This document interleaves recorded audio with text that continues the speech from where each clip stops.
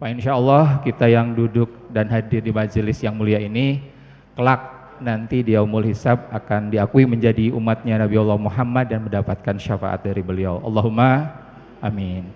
Jamaah rahmatullah, ngapunten, sebelumnya di awal menginformasikan dari takmir Masjid Nurul Iman, seperti biasa di malam Rabu ba'da maghrib sampai isya insya Allah selalu dilaksanakan kajian tausiah yang biasanya menghadirkan dai, kiai, ustadz dari luar, namun khusus pekan kelima akan diisi oleh takmir masjid sendiri secara bergiliran.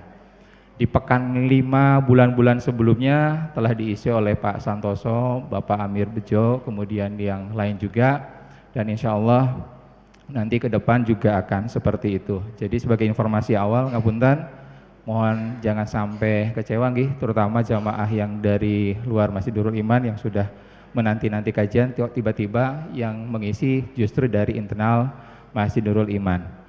Dan itu sebagai informasi awal. Untuk kajian malam ini insya Allah kami ingin menyampaikan berkaitan dengan konsep tarbiyatul aulad fil Islam atau konsep pendidikan dalam Islam. Sebagaimana jamaah ketahui bahwa Islam itu tidak hanya membahas soal ibadah dan muamalah dan kemudian berbagai hal yang lain yang berkaitan dengan syariat Islam lainnya, namun juga Islam membahas terutama masalah pendidikan, ya. Karena dengan pendidikanlah nasib suatu bangsa dan negara itu ditentukan. Pada saat Jepang Hiroshima dan Nagasaki dibombardir dengan bom atom, hanya 2 bom saja yang beratnya kurang lebih 78 kg, tapi begitu sangat dahsyat meluluh lantahkan 2 kota di Jepang ini, dan akhirnya Jepang yang tadinya jumawa ingin menguasai dunia, meskipun mereka negara kecil, tapi kemudian mereka berambisi sangat besar. Namun karena 2 bom atom ini, akhirnya Jepang kemudian menyerah kepada Amerika dan sekutu. Ada hikmah yang bisa kita dapatkan dari pembelajaran kejadian bom atom yang dijatuhkan di Hiroshima dan Nagasaki, karena saat itu juga Kaisar Jepang mengumpulkan para menteri, kemudian pembantu-pembantunya yang masih tersisa dari sisa Perang Dunia Kedua. Kemudian beliau menyampaikan, tolong kumpulkan guru-guru yang masih tersisa di negara Jepang yang kita cintai ini. Kumpulkan, terutama guru-guru yang berkualitas. Kota boleh hancur, negara boleh terpuruk, tapi kita masih punya harapan ke depan. Karena kita masih punya guru-guru yang berkualitas, guru-guru yang akan nanti membuat bangsa ini maju ke depan. Dan beliau bercita-cita 20 tahun setelah tahun 1945 ini, di mana terjadi Perang Dunia Kedua, maka Jepang akan memimpin kembali dunia menjadi negara maju. Dan ucapan beliau betul terjadi.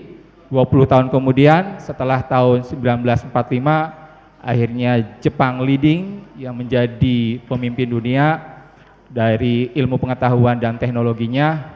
Dan juga kemudian kita akui sampai sekarang Jepang masih menjadi 5 negara maju yang terkuat di dunia, baik dari sisi ilmu pengetahuan dan teknologi maupun militernya.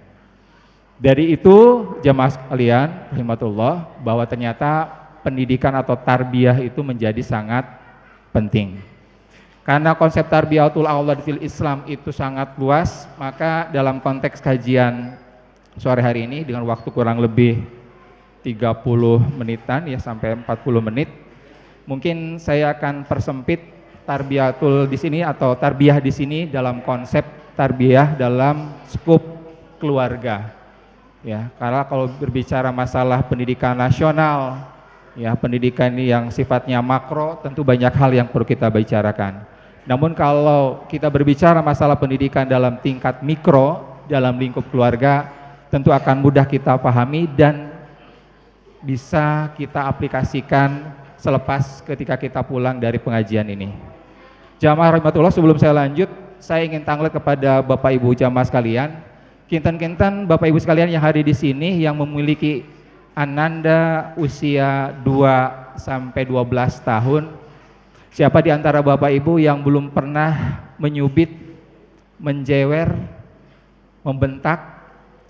Wontenkah di antara Bapak Ibu yang belum pernah melakukan sama sekali terhadap anandanya? Tidak pernah menjewer, tidak pernah membentak, tidak pernah memukul putra-putrinya di rumah?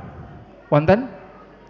Saya kira sulit menemukan figur orang tua yang belum pernah sekalipun dalam praktek pendidikannya di rumah menjewer, mencubit, memukul, mendorong, atau kekerasan secara verbal, yaitu dengan membentak atau memarahi. Insya Allah di sini paling tidak pernah melakukan, meskipun tidak sering. Jin apa boten? Harus diakui nggih. Nah, apa yang kemudian kita bisa pelajari dari konsep tarbiyatul aulad fil Islam di dalam konsep apa yang sudah dicontohkan oleh junjungan kita Nabi Allah Muhammad SAW?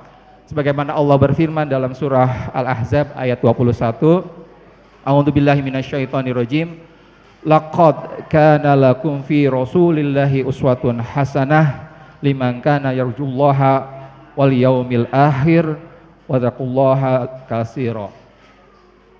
Yang artinya sungguh Allah sendiri sebagai Tuhan yang Maha Pencipta dan Maha Mengetahui mengagumi sosok diri Rasulullah SAW, bahwa beliau menyampaikan sesungguhnya telah ada pada diri Rasulullah SAW suri tauladan yang baik bagimu, yaitu bagi orang-orang yang mengharap rahmat Allah dan mengharap kedatangan hari kiamat atau meyakini adanya datangnya hari kiamat, dan dia banyak menyebut nama Allah. Jadi ini dinisbatkan kepada kita sekalian, di mana kita sebagai umat Islam, kalau kita meyakini bahwa akan adanya hari kiamat, jadi orang yang beriman dan kemudian semata-mata melakukan berbagai aktivitas untuk mendapatkan rahmat dari Allah Subhanahu wa taala, hendaknya mencontoh apa-apa yang dilakukan oleh Rasulullah SAW.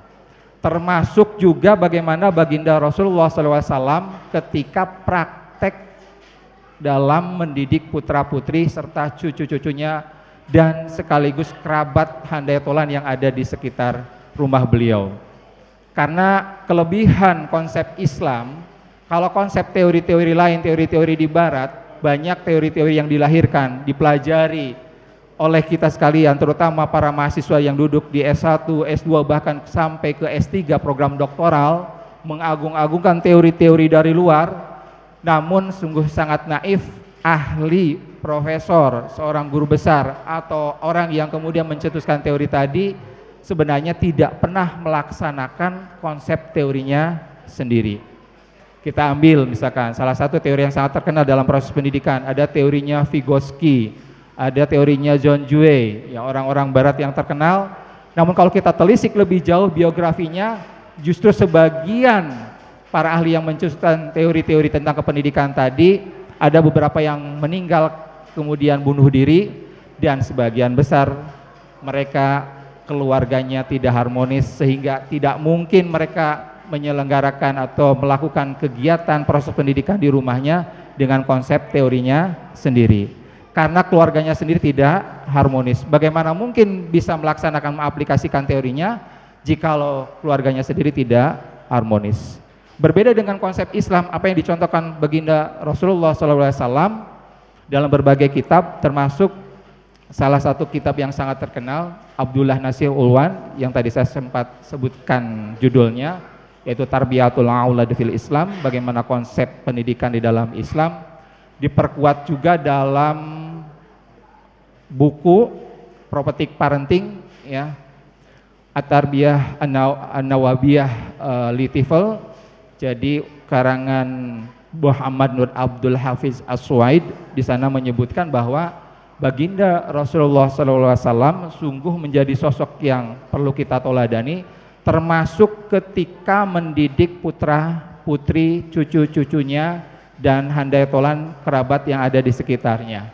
Sengaja tadi di awal saya menyampaikan kepada Bapak Ibu sekalian, adakah di antara Bapak Ibu sekalian yang belum pernah mencubit, memukul, menghardik, ya, menegur dengan keras, dengan nada yang sangat tinggi, atau kemudian melakukan kekerasan yang lain terhadap anak ketika mengingatkan atau menasihati anak, ternyata apa yang kemudian dicontohkan Rasulullah SAW, tidak ada satu riwayat hadis pun yang menyebutkan kalau baginda Rasulullah SAW ketika berhadapan dengan anak kecil, satu, berperangai tidak baik, kedua, nadanya tinggi, dan yang ketiga, tidak pernah melakukan tindakan kekerasan sedikit pun. Dan itu banyak diriwayatkan oleh hadis-hadis perawi hadis yang ternama, termasuk 3 perawi yang paling banyak meriwayatkan hadis Nabi tentang pendidikan. Pertama Abu Hurairah, kemudian yang kedua Abdullah ibnu Umar, dan yang ketiga Anas bin Malik. Nah, terutama Anas bin Malik ini karena sejak usia 8 tahun oleh Ummu Sulaim, oleh ibundanya, dititipkan kepada baginda Rasulullah SAW. Ketika Rasulullah SAW hijrah ke Madinah, karena saking cintanya kepada Rasulullah, menyambut Rasulullah dengan sukacita, riang gembira, kaum Ansor menyambut, memberikan hadiah kepada muhajirin, termasuk baginda Rasulullah SAW dengan sahabat-sahabatnya dengan berbagai hadiah. Ada yang menyediakan makanan, minuman terbaik, pakaian yang terbaik, bahkan rumahnya dibagi menjadi 2. Tetapi karena Ummu Sulaim saking cintanya kepada baginda Rasulullah SAW, tidak punya harta benda yang ingin diberikan, maka kemudian beliau memberikan putranya yang namanya Anas bin Malik untuk dititipkan kepada baginda Rasulullah, sekaligus juga ingin melayani Rasulullah SAW karena saking cintanya kepada baginda Rasul. Karena kemudian Anas bin Malik dititipkan ketika usia 8 tahun, maka Anas bin Malik banyak mendapatkan pencerahan-pencerahan, termasuk ajaran-ajaran yang dicontohkan oleh Rasulullah SAW ketika beliau kemudian hidup dari usia 8 tahun sampai kemudian baginda Rasulullah SAW wafat kembali. Sehingga Anas bin Malik termasuk perawi 3 besar dari semua periwayat hadis yang bisa mengumpulkan hadis-hadis sahih, yang kemudian salah satunya berkaitan dengan proses pendidikan. Kembali apa yang dicontohkan oleh Rasulullah SAW, bahwa baginda Rasulullah adalah sosok yang lemah lembut, tutur katanya santun, perilakunya baik, dan ke anak sangat ramah. Sekalipun anak-anak itu mungkin bagi kita sangat sulit diatur. Baginda Rasulullah SAW pernah menyuruh Anas bin Malik untuk membelikan sesuatu ke pasar, tapi Anas bin Malik karena masih kecil waktu itu, di tengah jalan lupa dan kemudian bermain dengan teman-teman seusianya. Pada saat lupa, Rasulullah SAW kemudian, kok ini lama, Anas bin Malik gak kembali-kembali ke baginda Rasulullah, dan akhirnya baginda Rasulullah SAW menyusul Anas bin Malik ke tempat di mana dia harusnya membelikan sesuatu yang menjadi keperluan Rasulullah. Dan betul, Anas bin Malik ditemukan di tengah jalan sedang asyik bermain. Kinten-kinten, saya menanyakan kepada Bapak Ibu sekalian, kalau kita menyuruh putra-putri kita misalkan belanja atau beli sesuatu yang sangat kita butuhkan, katakanlah beli sabun karena ayah misalkan atau ibu atau bapak ibu akan segera mandi, tapi kemudian kita tunggu-tunggu 1 menit, 2 menit sampai 30 menit gak datang-datang, kita susul dan ternyata anak kita sedang asik bermain, kinten-kinten sikap kita menopo? Wanyel, wanyel, paling inginnya jewer. Kalau nggak jewer biasanya sudah teriak-teriak dari jauh-jauh, sabun mana sabun gitu, atau diteriaki namanya. Tapi apa yang dilakukan oleh Rasulullah SAW justru tidak seperti itu. Baginda dengan sengaja mendekati tanpa Anas mengetahui, lalu di belakangnya ditarik-tarik bajunya Anas bin Malik. Begitu melihat ke belakang kaget Anas bin Malik, ternyata baginda Rasulullah SAW. Apa yang dikatakan oleh Rasulullah? Anas tidak lupakan dengan apa yang dikatakan oleh saya tadi, sambil Rasulullah SAW tertawa.